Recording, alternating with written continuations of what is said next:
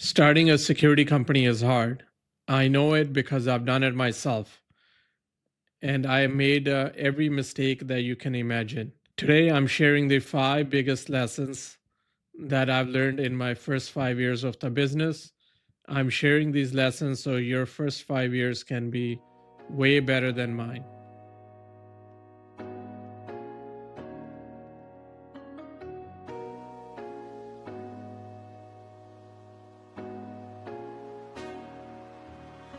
Welcome to Security Insights with Arvind Dhillon, your bi-weekly deep dive into leadership, strategies, and innovations in the security world. I'm your host, Arvind Dhillon. Today, we're going to discuss the five biggest mistakes that I made in my first 5 years of the business. Everybody wants to share their wins, the biggest contracts, the growth mindset, but nobody likes to discuss the biggest mistakes that they have made and it failed them in their business. So today I'm telling you the biggest mistakes I made, the things it taught me, and how I have succeeded by making those mistakes. So whether you're starting out or you've been in a business for a long time, I'm sure you will learn something in this episode.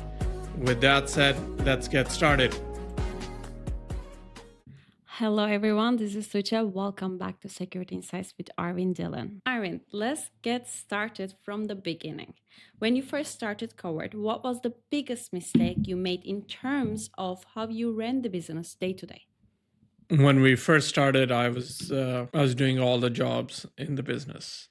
I was the salesman, I was the installer, I was the parts order, warehouse person, I was the service technician, and I thought I'm being a hero by doing by wearing all the hats. But it turns out it was making me tired, and the business wasn't growing, and we were just stuck in the same place for the first 3 to 5 years.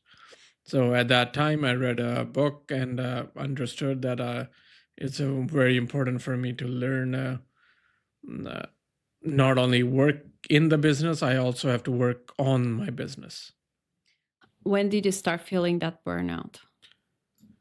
Burnout started pretty early on, I think probably after a second year, I would say. As our team was started to grow, we were hiring more employees, the jobs were coming. It was just hard to keep up with it. But you were hiring only technicians. We were only hiring technicians because I never felt the need that we need to have a accountant on our team or a marketer on our team or even as like a warehouse person that can order the parts.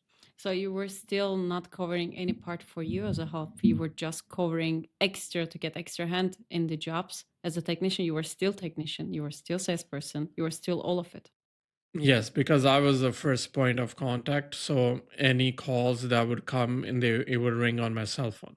I always had a cell phone in my hand, and then, it depends which call came in. If it was a sales call, then I was a salesperson. If it was a accounting call, then I was the accountant, and if it was a service call, then I was a service person taking the call and a service technician on the phone. Yeah. So by no means it's not the wrong way of doing a business. I think everybody has to start somewhere. It just you always have to in back of your mind you have to know that after you reach your goals or after a certain point you have to start bringing on all these people in the background so they can help you day to day. My number one mistake was I thought by wearing all the hats, I was being a hero, but I was totally wrong. I was totally wrong. Turns out it just made me tired and burn out.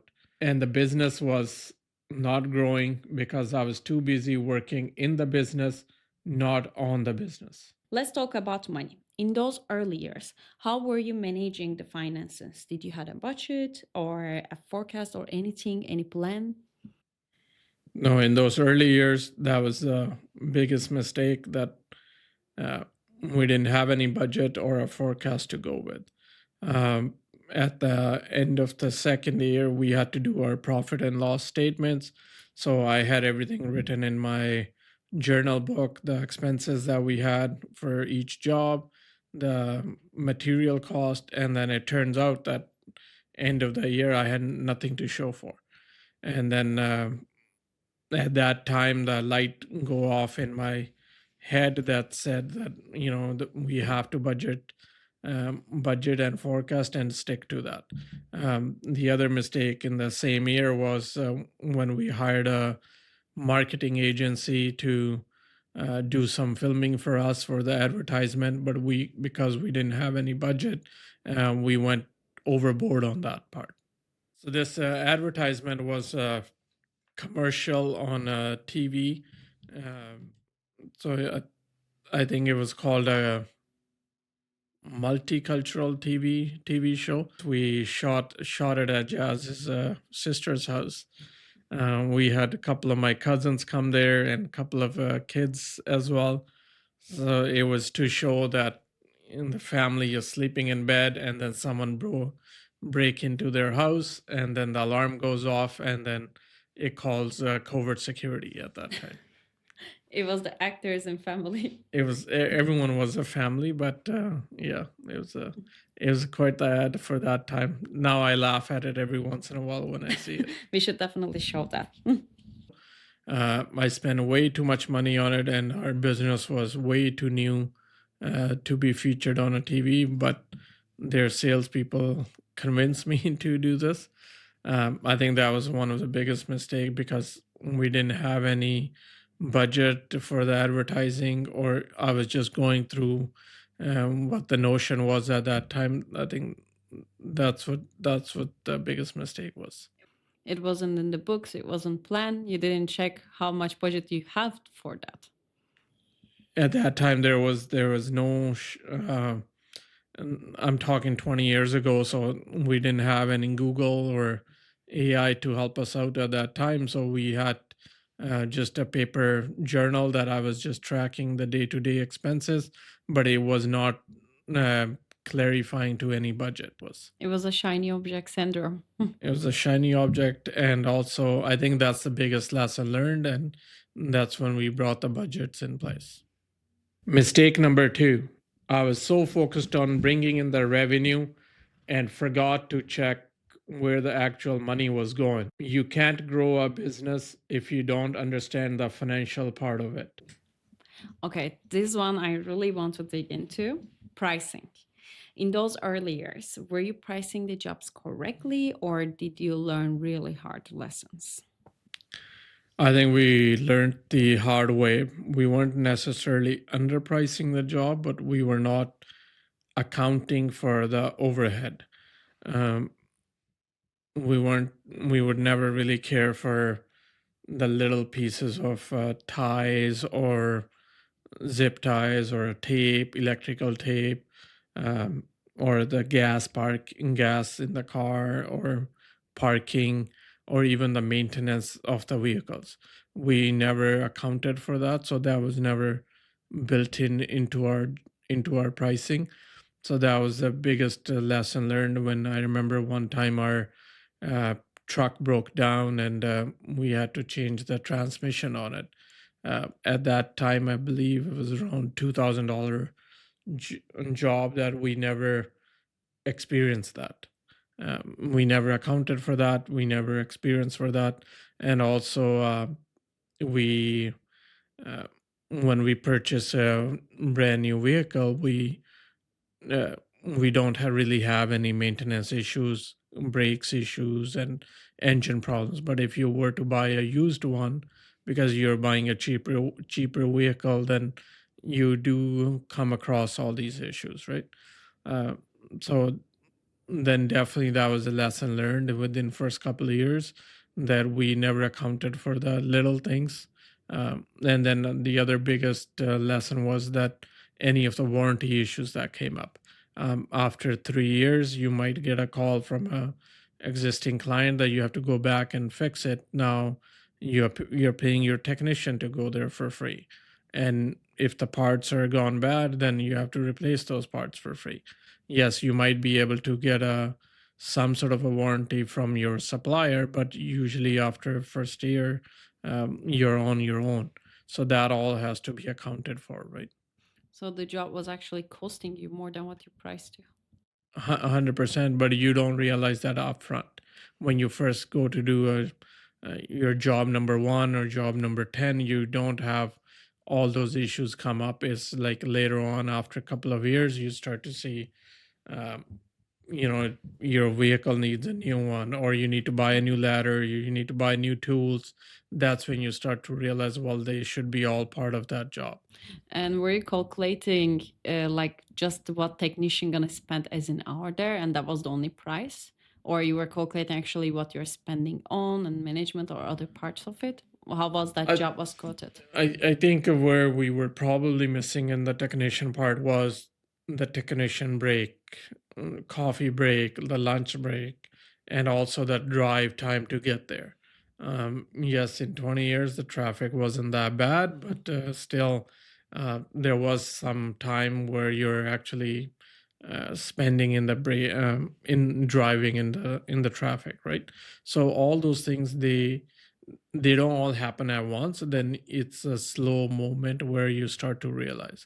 I see our new young technicians that open up their own business, and they think, they can finish the job in 8 hours, and then they'll undercut us any day.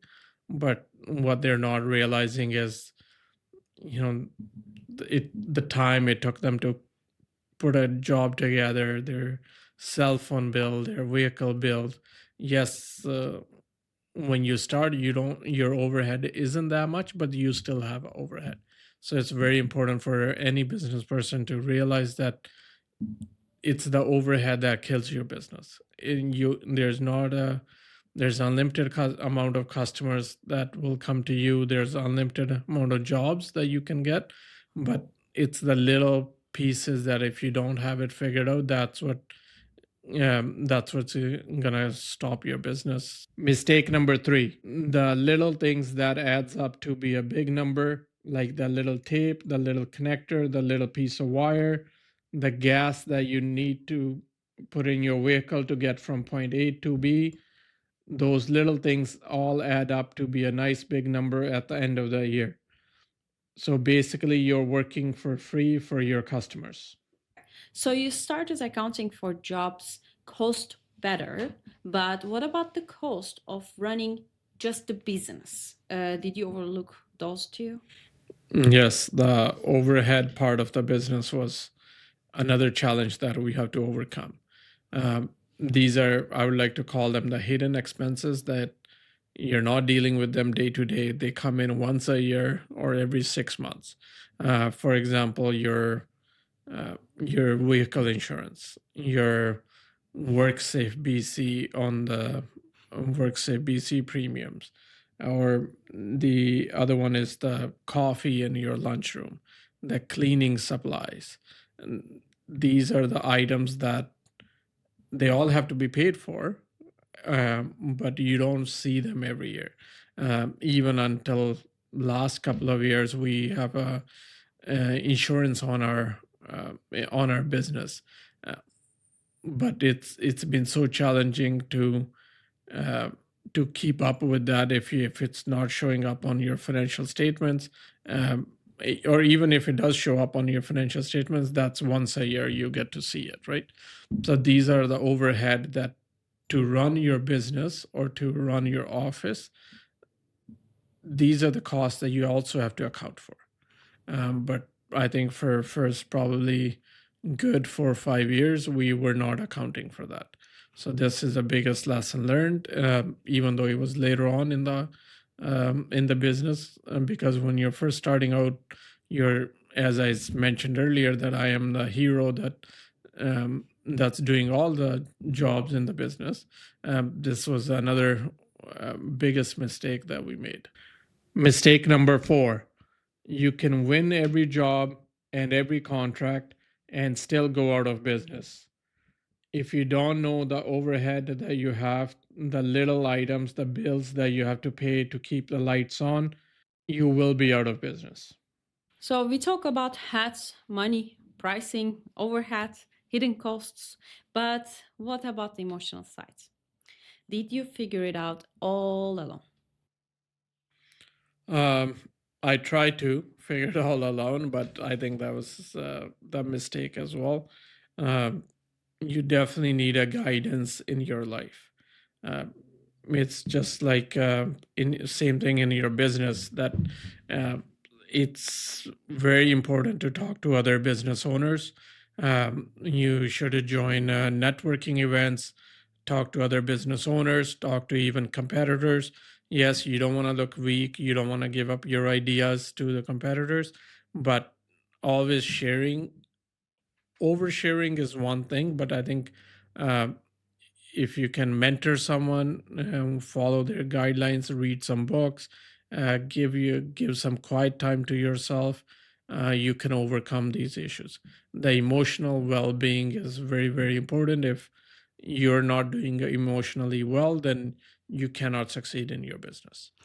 Mhm. How did you talk to them though? So if you're saying, okay, without making yourself look weak or not giving your ideas away or not giving the competitors like oversharing, how do you limit that? How they can decide that? You have to generalize it. If you're strictly going in, hey, here's my idea, what do you think of it, then obviously other people will pick up on it, right? But if you go along with the idea of have you ever tried to um, With some le- small part of the idea? have you ever tried to strategize to do a job in a certain way, or how can you cut the number of labor hours in on a job?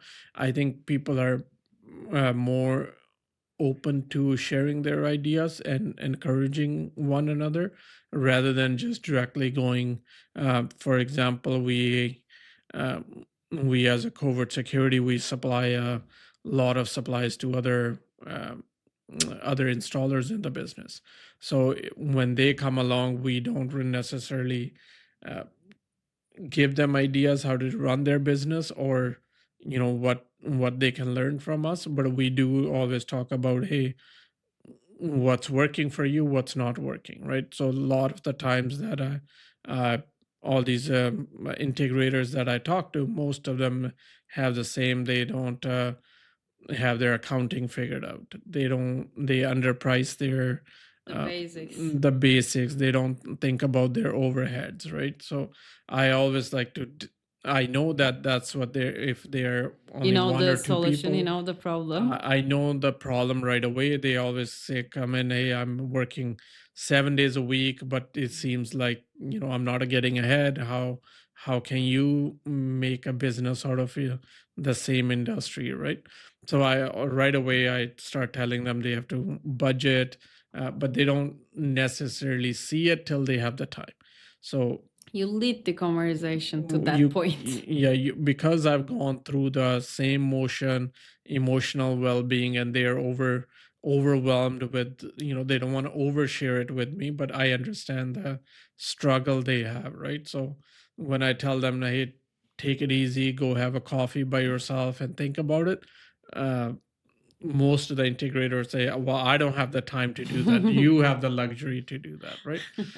But I have to sit them down and tell them all these things in the background that they have to work on their business. So some people get it, not everybody gets it, and you just have to do the due course, right? Yeah, but how about the part then? Okay, that's the part like oversharing, not to share how to share it, but how do you not make yourself like look weak? uh, I think that's the personal choice you have to make, because if you are uh, like, I have mentors that I deal with, and that they know where I'm vulnerable. They know what my weakness is, right? Yes, I can try to hide them, but they have enough experience that they understand it. It's, I think, you're in your mind consciousness that you have to overcome. As an individual, you have to overcome that. you know if something, if you can admit to it that you're weak in something, I don't think the person next to you will say, oh yeah, or laugh at you. But if you are trying to hide it, then I think people are can be a little bit mean towards you. So you gotta, as a business owner, as the leading position, you gotta figure out yourself first. You have to have the confidence in yourself, and you have to know where you're weak, and you have to be able to admit the mistakes you make. Mhm. So we got the cover part, like, okay, get help and connect with other business owners. So here we were saying that, okay, you didn't figure out all by yourself by connecting with other people gone through the similar things. But emotionally, there are other parts in your life that is affected by it. Let's say cohort is a partnership. There was another partner involved to all this process. So from that point, how that's asking from each other help, how that conversation and that business setup work with a partnership. You weren't doing all by yourself. It doesn't matter. You just did all the work by yourself. Your partner needs to as well do it. I think in a partnership, it's the biggest, not a challenge. I think the biggest advantage we both love to talk to each other. Uh, so we overshare information. We already knew the things that are, one person is good at, the other person's not good at. So by having that, like, Open conversation. open conversations, and by having that open relationship, I think that made our business actually even more powerful, because we understood from beginning that, if I'm good in sales, he's good in technical knowledge. We never try to do He never tried to do more sales side of the end, and I never try to do the more technical knowledge You part find of the the lines, thing. respect the lines. Respect the lines, or we were just open towards each other, right? So that I think was our strongest part back then, and I think that is still our strongest part. That is great. So have you had a moment that you went to someone, you know what, I need help. Like, I'm struggling here. I need help. It can be anything. It can be some other business owner. It can be a family member, because your business affects everything. That the whole thing works together, right? So have you had that moment that you went to someone? It can be family member or business partner or other business individual, that you had to say, man, I need help. Tell me about this. Yes, definitely. I had actually my family friend that they were doing in a gas station business. So from I learned quite a bit from them. Uh, yes, it's a total different business, but like that, our first accountant was hired based on their recommendation. So we couldn't afford to have a full-time accountant or a bookkeeper, but because they were dealing with a third party and they already had experience with that person, they introduced me to them, and I used that bookkeeper and accountant for many, many years. So there was that. Then there was also the lawyers that um, work with small starting businesses. So they have that understanding or the knowledge of just when you're first starting out, right? So to me, that was very important to talk to my neighbors, talk to my people in the family, friend circle, because that's how that was our community. Yeah. Back then, we didn't really, I wasn't really a part of any BNIs or any networking events, right? So that was the way to start the business. So you didn't stay back by scared of looking weak or something. You say, you ask for help. You really step up. You talk to neighbor. You talk to other business owner, even though not related. You really step up and ask for help. Mistake number 5. I try to figure out all by myself. I thought that's what the founders should do. But the truth is, every successful business person has a big team behind them, and they're not afraid to ask for help. After all these mistakes, what's the one thing you did right in those first 5 years? I think the biggest mind shift we had and the biggest success we had once we moved our office from home office to a commercial building. That was just such a change. Yes, it was adding to our overhead, and I understand that now, but back then I didn't actually understand it. But shifting the office from a home office to actual commercial building was such a big change. and it brought us a lot of opportunity. Our first employee, um, actually our second employee, first employee was still at the home office. The second employee that started in that business was the biggest success we had. By having the office in a commercial place, all the employees knew that we are very serious in our business. All our customers knew that we're committed to the business. All our us, me and my partner, we knew that we have committed to this commercial lease. It was uh, just not our vehicles. It was like we had to represent. So with all that, our proper logos came, our proper invoicing came, our proper office phone line came. It was just not everything was ringing on my cell phone anymore. New voicemail came, new furniture came, right? So all those things made our business into in such a big mind shift, personally, emotionally, physically, and all the employees were buying into that. It was never I've never done something like that, so I didn't know what I'm really gonna accomplish out of it. But that just seems like it's the new growth in our business that we had to get out of our home office, right? But I think after 6 months, we realized that all the customers we were trying to attract when we were in back in the home office, now all of a sudden they were attending to our office. So that kind of a culture mind shift that we had, I think that truly made us successful. But it all happened one thing at a time that led to the other. It was never planned that way, but it just that was our destiny. Let's put it that way.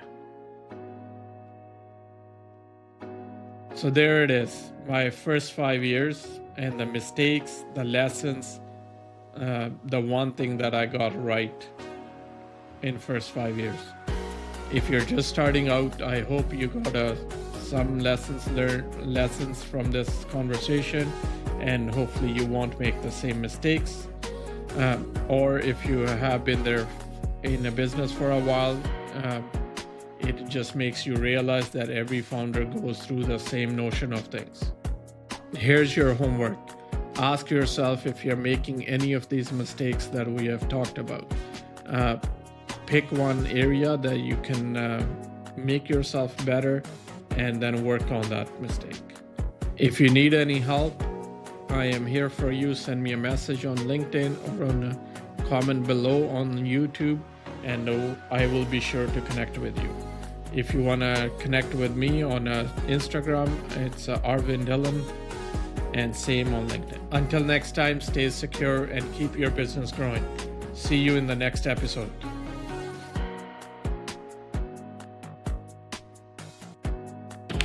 Okay.